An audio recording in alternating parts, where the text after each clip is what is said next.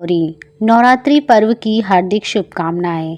आइए नवरात्रि के पहले दिन मिलकर सुनते हैं माँ शैलपुत्री की कथा।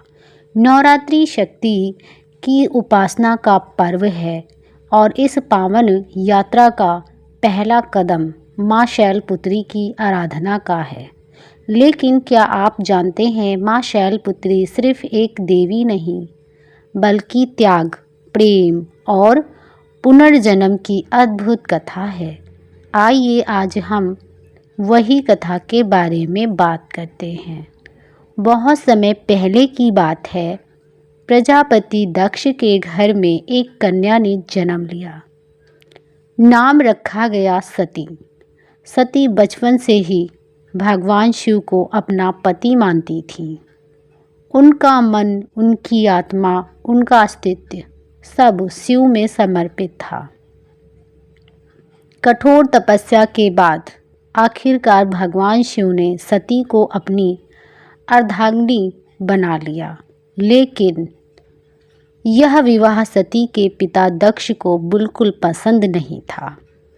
एक दिन प्रजापति दक्ष ने एक विशाल यज्ञ का आयोजन किया, जहां सभी देवी देवताओं को आमंत्रित किया गया। लेकिन भगवान शिव और माता सती को जानबूझकर नहीं बुलाया गया। सती ने जब यह सुना तो उनका हृदय व्याकुल हो उठा। उन्होंने भगवान शिव से कहा, पिता के घर जाने के लिए निमंत्रण की क्या आवश्यकता है? मुझे तो वहाँ जाना है।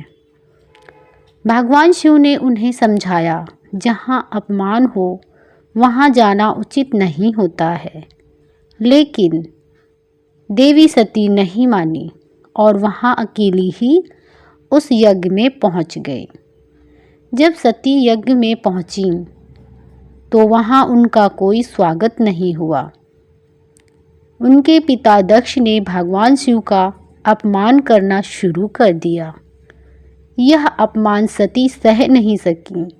उनकी आंखों में आंसू थे और हृदय में पीड़ा थी। उन्होंने कहा, जिस शरीर को मैंने शिव के प्रेम से पाया है वो इस अपमान को सहन योग्य नहीं है। और फिर सती ने उसी यज्ञ अग्नि में अपने प्राणों की आहुति दे दी। जब भगवान शिव को यह समाचार मिला तो उनका क्रोध भयानक हो उठा। उन्होंने वीरभद्र को उत्पन्न किया, जिसने दक्ष के यज्ञ को नष्ट कर दिया। पूरा ब्रह्मांड उस समय कांप उठा, क्योंकि शिव का तांडव सृष्टि के विनाश का संकेत था। लेकिन यह कथा यहीं समाप्त नहीं होती है। सती ने पुनः जन्म लिया। इस बार हिमालय के घर वो बनी शैलपुत्री, यानी पर्वतराज की पुत्री। इस जन्म में भी उनका लक्ष्य वही था, भगवान शिव को पुनः प्राप्त करना। माँ शैलपुत्री ने कठिन तपस्या की और वर्षों तक उनकी भक्ति, उनका समर्पण अर्थात सफल हो गया। और एक बार फिर भगवान शिव ने उन्हें अपनी अर्धांगिनी के रूप में स्वीकार किया। माँ शैलपुत्री की यह कथा हमें सिखाती है कि सच्चा प्रेम, त्याग और धैर्य कभी व्यर्थ नहीं जाता। वो हमें यही बताती है कि हर अंत के बाद एक नई शुरुआत होती है। इसीलिए नवरात्रि का पहला दिन माँ शैलपुत्री की पूजा से शुरू होता है, ताकि हमारे जीवन में नई शुभ शुरुआत हो सके।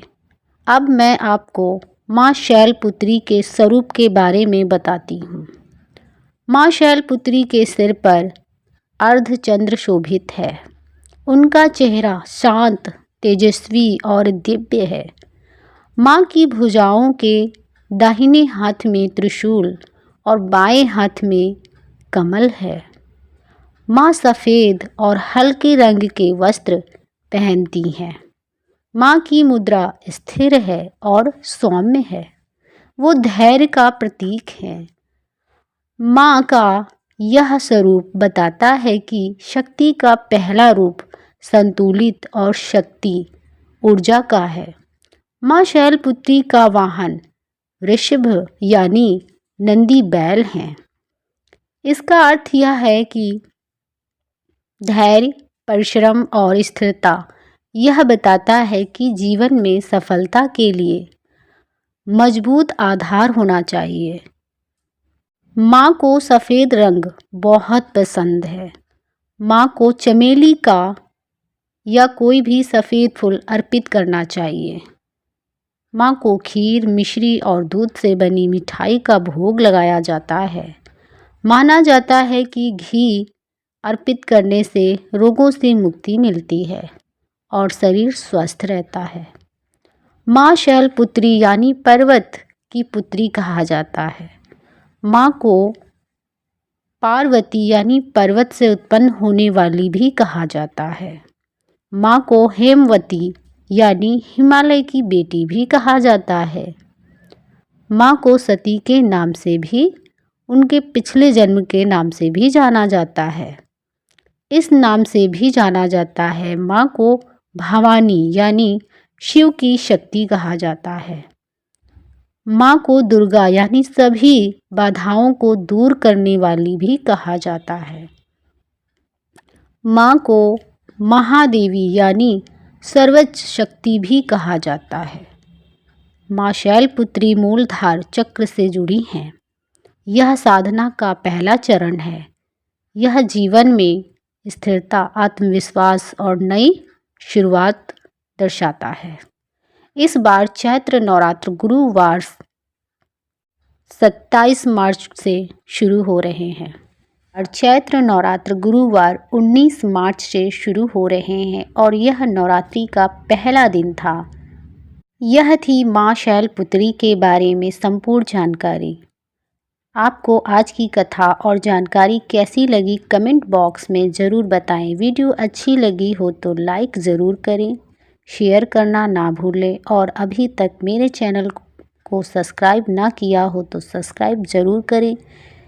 धन्यवाद।